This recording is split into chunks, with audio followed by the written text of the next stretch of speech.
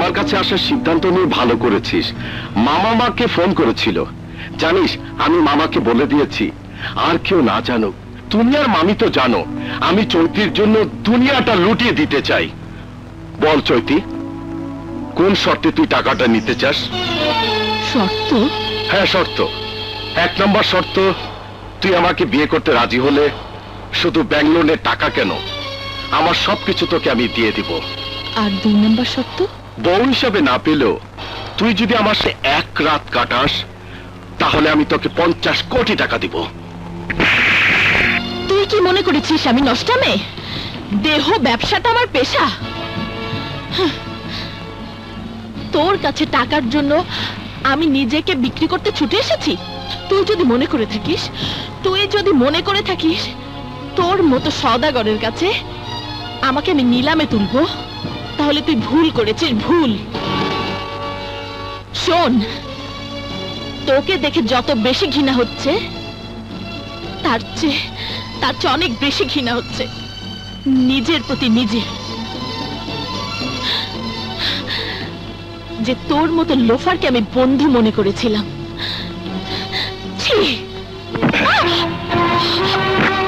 চৈতি, আমি জানি আজ থেকে তোর আমার বন্ধু।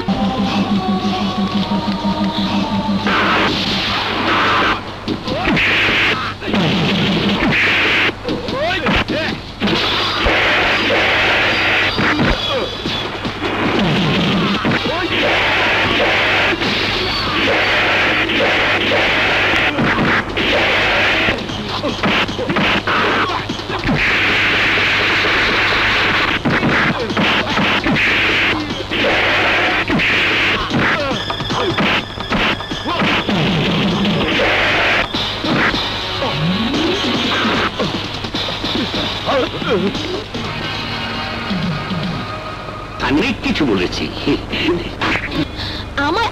আমারই সর্বনাশ করার ষড়যন্ত্র করেছিলে। কিছু সানির কাছে গেলে, সানির কাছে টাকা চাইতে গেলে সানি হয় না হয় আমাকে নষ্ট করতে চাইবে।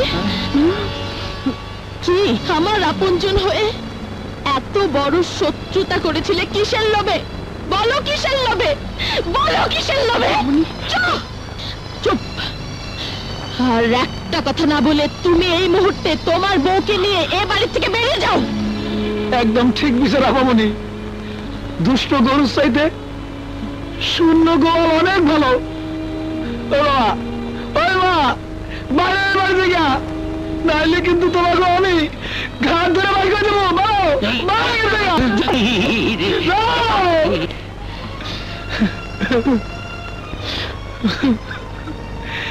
এরাই কি আমার বাবা মা?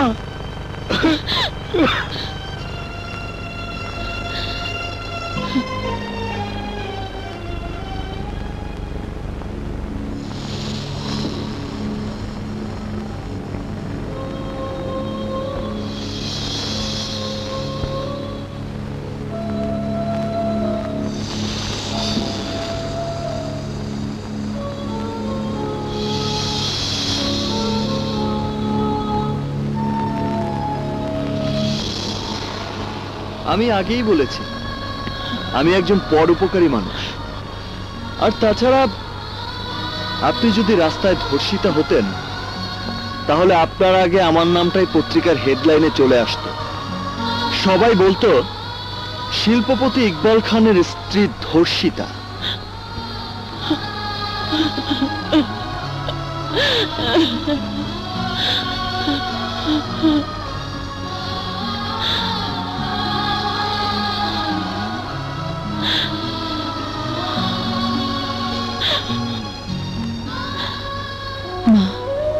তুমি শুধু দোয়া করো মা, আমি যেন শত্রুকে সবচেয়ে বড় বন্ধু মনে করি, ওর মনের মতো হতে পারি। আমি যেন ইকবালের মনের আকাশে এক চাঁদ মেঘ সরিয়ে জ্যোৎস্না ছড়িয়ে দিতে পারি। মা, মা তুমি দোয়া করো, মা তুমি দোয়া করো।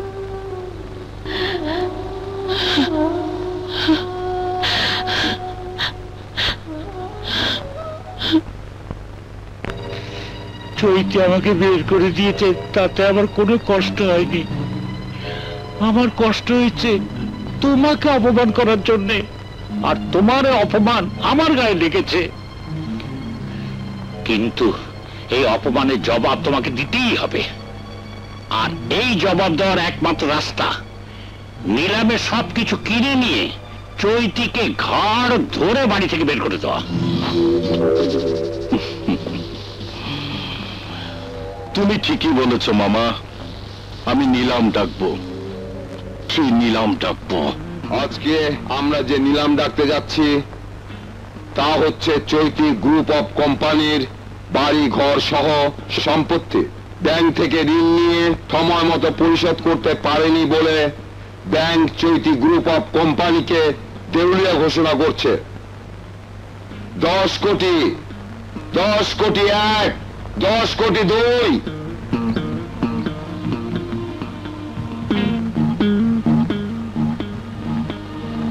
15 কোটি, 15 কোটি 1, 15 কোটি 2, 30 কোটি, 30 কোটি 1, 30 কোটি 2, 50 কোটি,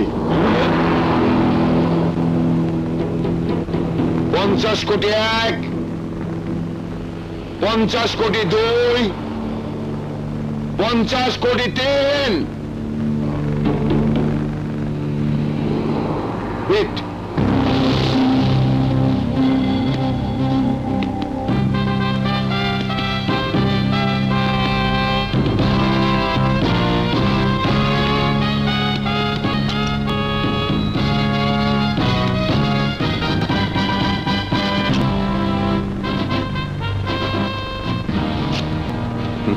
Thank you, Mr. Iqbal.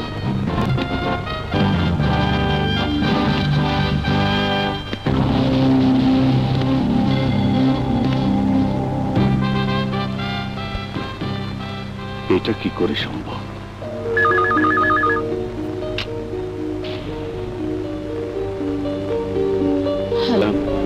Eagle নামে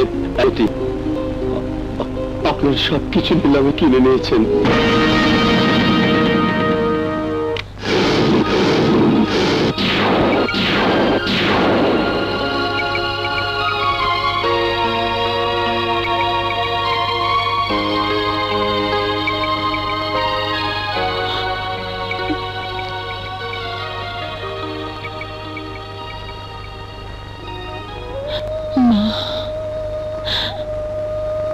মাগো, মা, তুমি মা, তোমার ছেড়ে মা, আপনি তোরা বসে বসে অলস হয়ে যাচ্ছে, কাজ না করলে ভালো লাগে না। দেখুন কিন্তু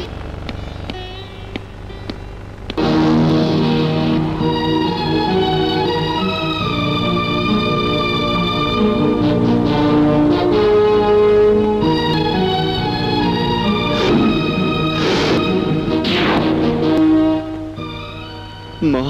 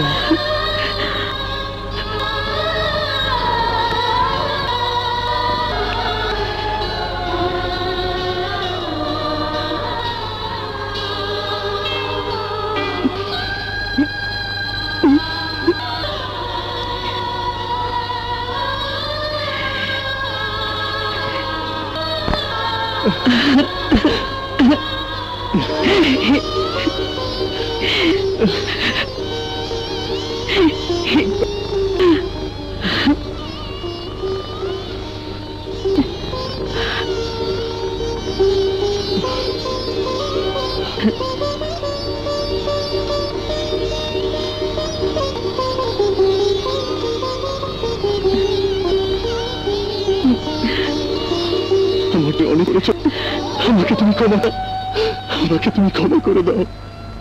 ও টাকা নিস, আমার কত টাকা হয়েছে জানো? চৈতি ছবি জানে। তাহলে চৈতিকে দেন মুহূর্তে টাকাটা দিয়ে আমার অহংকারটা ওর কাছে সত্যি করে দেবা।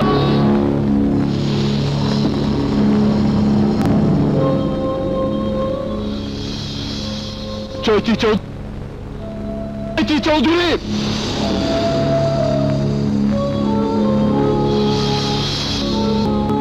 কি শোনা, এই চৈতি চৌধুরী সবকিছুর সব মালিক এখন থেকে। মা, হ্যাঁ মা, এসো এসো।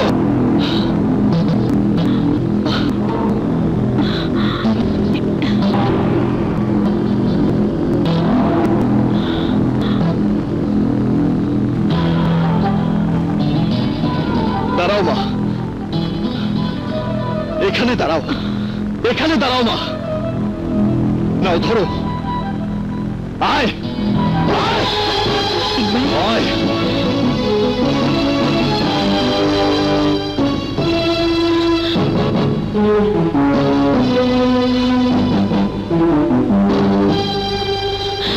দাঁড়া, এখানে দাঁড়া।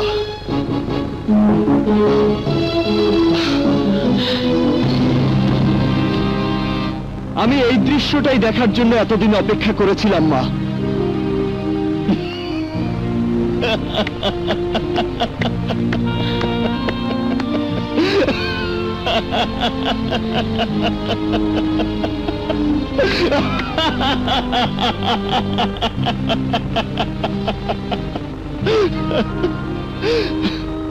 দেখ, উপরের দিকে তাকিয়ে দেখ, আমার মায়ের তুলনায় তোকে কত ছোট মনে হচ্ছে।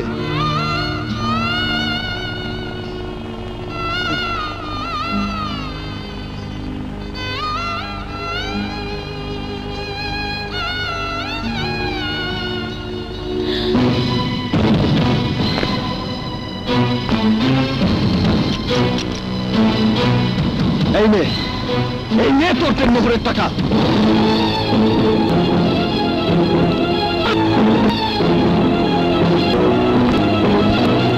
আমার স্ত্রী হওয়ার কোনো যোগ তাই আমি করেছি, তোকে তালাক দিয়ে আমি ওই বস্তির ফকিন্নি মেয়েটাকে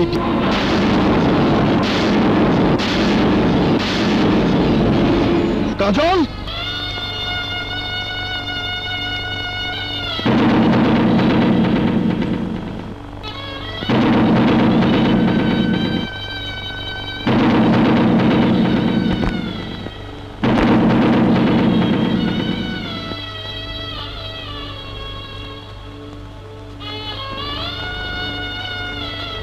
নে,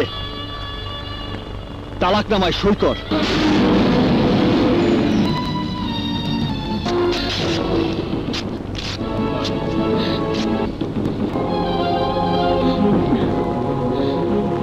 তুই কি মনে করেছিস তালাকনামা ছিঁড়ে ফেললেই আমার কাছে তুই স্ত্রীর মর্যাদা পাবি? কখনো না। তোকে আমি এখন এই মুহূর্তে মুখে তালাক দেব। এক তালাক,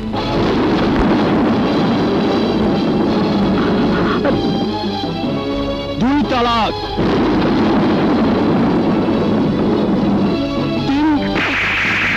কাকে তুই তালাক দিচ্ছিস? যে আমার মাকে কাজের মহিলা করে রেখেছে। কে বলেছে তোকে? তোকে কে বলেছে? চৈতি ওর জেদের কারণে তোকে মেনে নিতে পারেনি সত্য, কিন্তু ও আমাকে মায়ের মর্যাদা দিতে এতটুকু ভুল করেনি।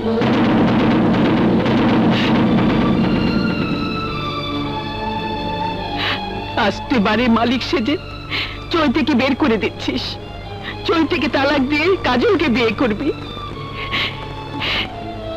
তুই আমার সেই ইকবাল আর নেই, প্রতিশোধের নেশায় তুই অন্ধ হয়ে গেছিস। মা চৈতি, তুই এই দেনমোহরের একটা টাকাও স্পর্শ করবি না, ওর টাকা ওর কাছেই থাক। না, যে সন্তান বউ তালাক দিতে চায় সেই সন্তানের মা আমি না। চল চৈতি। দাঁড়াও মা,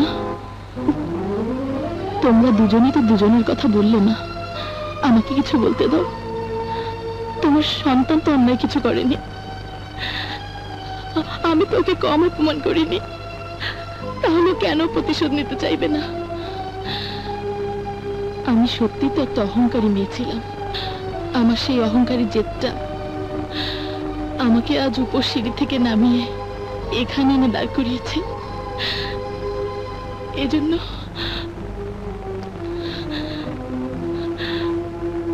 আমি কাউকে দায়ী করতে চাই না। আজ আমি একাই বাড়ি থেকে চলে যাব। আমার জীবন যুদ্ধে আমি কাউকে অংশীদার করতে চাই না। না মা গো, তুমি আমার জন্য আজ যে কথাটা বললে, আমার নিজের মা বেঁচে থাকলে হয়তো এই কথাটাই বলতো। আজ আজ আমার শত্রু আমি নিজেই। তাই তো আমার জন্য আমি তোমাদের এত বড় সুখের অংশীদার হতে পারলাম না। অথচ তুমি আমার কষ্টের ভাগিদার হতে চাইছো। আমি তালাকের কাগজটা ছিঁড়ে ফেললেও তোমার ছেলেকে তোমার সামনে কথা দিয়ে যাচ্ছি, আমি কোনোদিন স্ত্রীর দাবি নিয়ে তোমার ছেলের সামনে ফিরে আসবো না। বৌমা,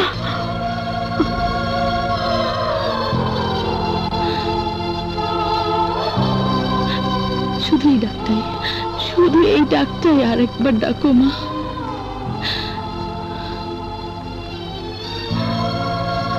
মা চলে যাবার আগে অন্তত এই সান্ত্বনাটুকু নিয়ে যাই,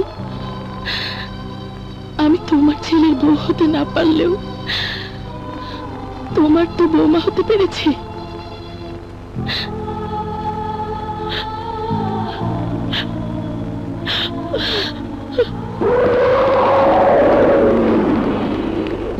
ওই তো ধর, তোর তো সব শেষ, এবার তুই আমার সাথে চল।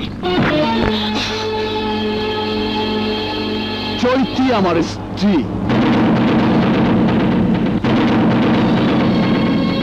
ওর গায়ে হাত দেবার চেষ্টা করলে তোর হাত আমি কেটে ফেলবো।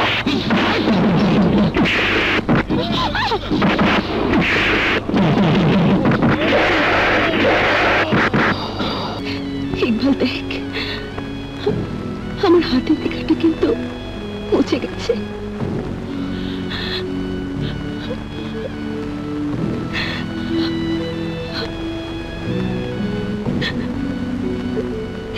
এই মুছে যাওয়ার মাঝে আমি তোকে খুঁজে পেয়েছি। যদি ভালোবাসায়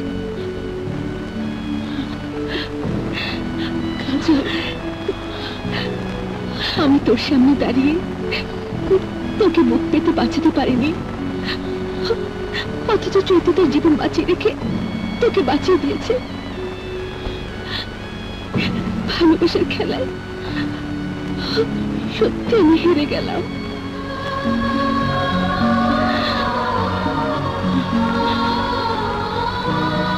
চলুন।